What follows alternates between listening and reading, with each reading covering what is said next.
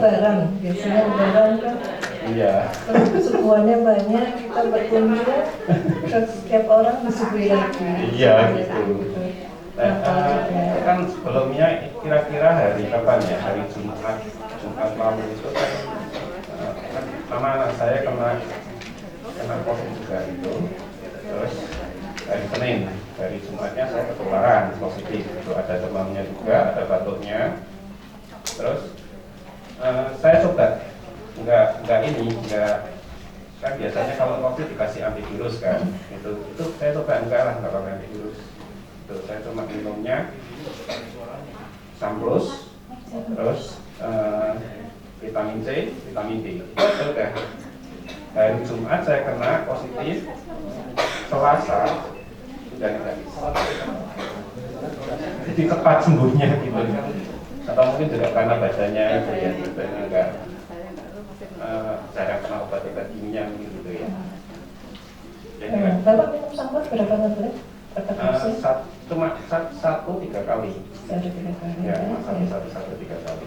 Ya, dari pengalaman saya selama ini pada pasien-pasien juga yang mengkonsumsi Samplus dan dicurigai terkena COVID maupun hasil tesnya positif, kesembuhannya ternyata lebih cepat walaupun tanpa minum obat dokter. Ya. Terus Bapak tadi periksa berapa hasil labnya? Tadi belum sempat periksa. Belum sempat periksa. Tapi terakhir kali periksa 6,7. 6,7 nanti periksa ya. Bagaimana hasilnya? Saya juga ingin tahu. Nah, sambil menunggu ini, mungkin ada lagi. Terima kasih. Tepuk tangan untuk Pak Sudah bersedia melakukan testimoninya. Mudah-mudahan semakin sehat Pak ya. Baik, ada lagi? Mungkin yang kadarnya normal tapi mempunyai gejala yang dicurigai asam urat, boleh. Silakan.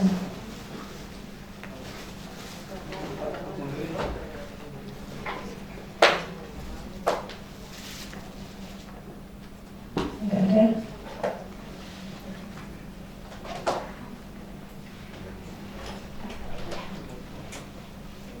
Sambil kita menunggu ini, mudah-mudahan Bapak Ibu sabar menanti ya. Kira-kira beberapa menit lagi.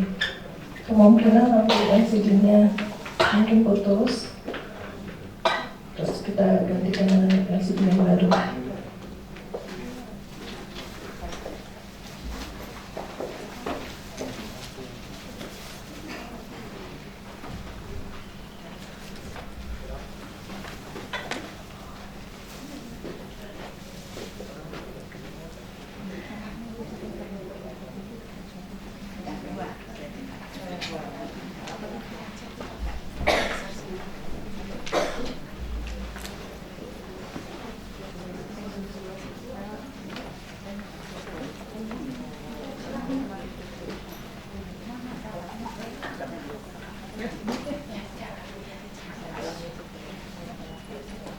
Baik, sambil menunggu ini, mungkin saya mau cerita dulu kenapa saya bergabung di Faras ya.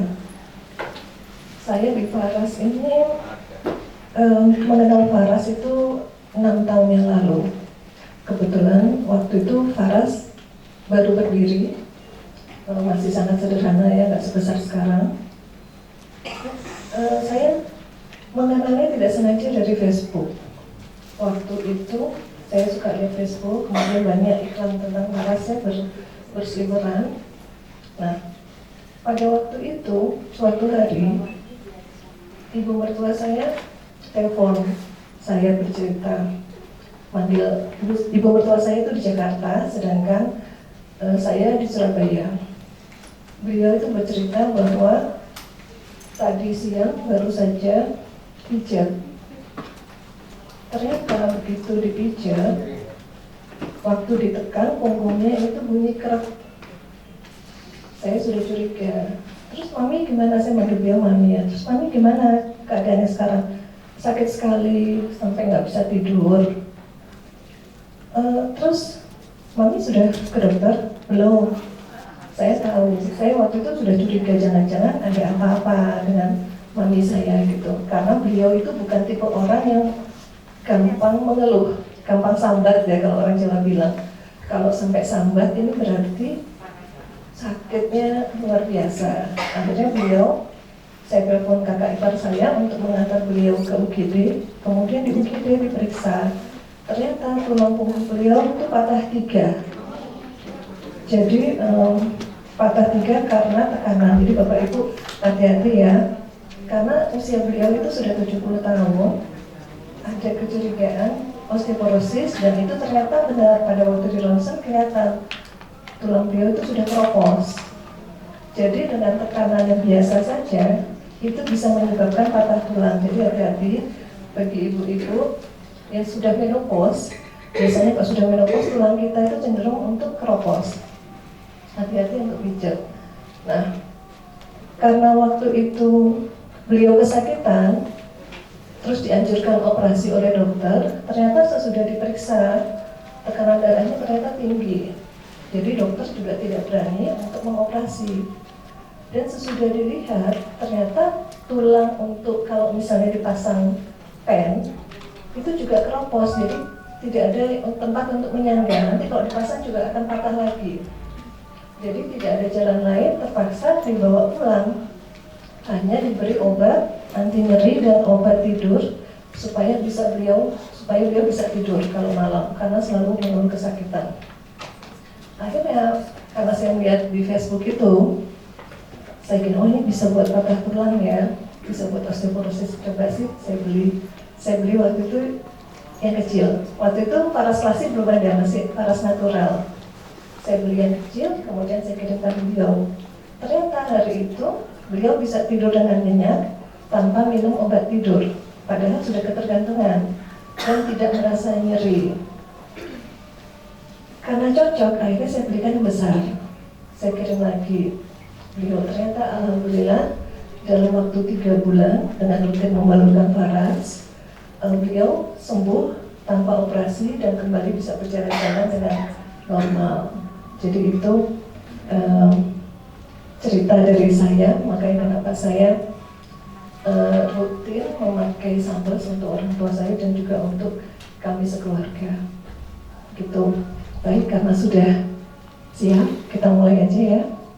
Sudah siap Bapak Ibu untuk belajar bersama? Siap ya? Ingat, nanti akan saya beri hadiah untuk 3 orang yang bisa menjawab pertanyaan dari materi ini. Baik, kita mulai saja ya. Untuk menyingkat waktu,